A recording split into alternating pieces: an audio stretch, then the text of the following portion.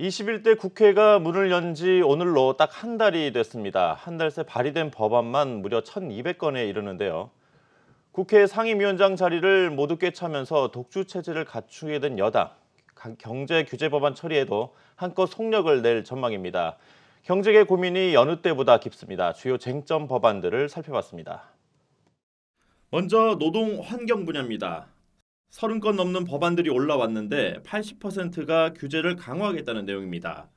부당한 노조 활동으로 손해가 생겨도 사업주가 노조원의 책임을 물을 수 없다는 것부터 불과 한 달만 일해도 퇴직금을 줘야 한다든지 생명 안전 업무에 기간제나 파견 직원을 쓸 수 없다는 법안도 있습니다. 최근 국무회의를 통과한 노조법 개정안 또한 경제계의 걱정거리입니다. 해고자와 실업자도 노조에 가입할 수 있다는 내용을 담고 있기 때문입니다. 코로나19 사태로 침체된 경기를 되살리기 위해 세계 곳곳에서 해외 진출 기업의 본국 회귀, 이른바 리쇼어링을 위한 당근책들을 쏟아내고 있는데 우리만 거꾸로 가고 있다는 지적입니다.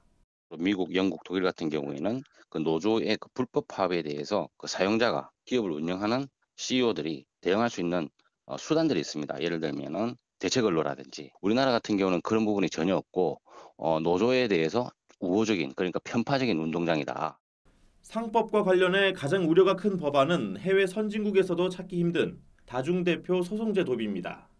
모 회사 주주가 자회사 이사에게 대표 소송 제기를 허용한다는 내용인데 시세 차익을 노린 해외 투기 자본에 악용될 여지가 높기 때문입니다.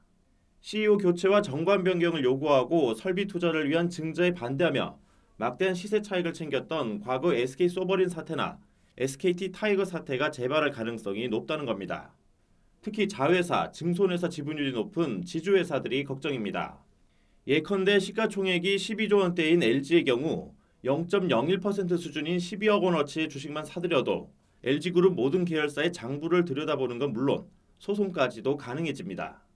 무엇보다 삼성전자 55%를 비롯해 국내 코스피 상장 기업들의 외국인 지분율이 38%에 이른다는 걸 감안하면 다중대표 소송으로 상당수 기업들이 골머리를 앓게 될 거란 지적입니다. 이제 나중에 소송이나 이런 부분들이 또 발생할 거고 실제로 우리 기업이 해외로 넘어갈 수 있는 사태까지도 발생을 할 수 아무리 자유시장이라고 하더라도 국내 이익을 위해서 사실은 지켜야 될 법들은 좀 지켜야 되는 거죠. 감사위원 분리선임 법안 역시 비슷한 고민을 안고 있습니다. 대주주는 의결권이 3%로 제한받는 반면 투기자본은 이른바 지분 쪼개기로 회사 경영에 더 큰 영향력을 행사할 수 있기 때문입니다.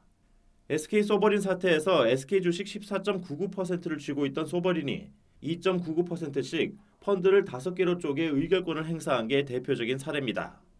이 밖에 소송 남용이 우려되는 대표소송제 활성화 법안과 주주 간 파벌 싸움을 부추길 우려가 큰 집중투표제 도입 의무화, 정족수 미달로 기업 경영 의사결정에 장애가 되고 있는 전자투표제 의무 도입 역시 경제계의 고민을 더욱 깊게 하고 있습니다. 한국경제TV 임원식입니다.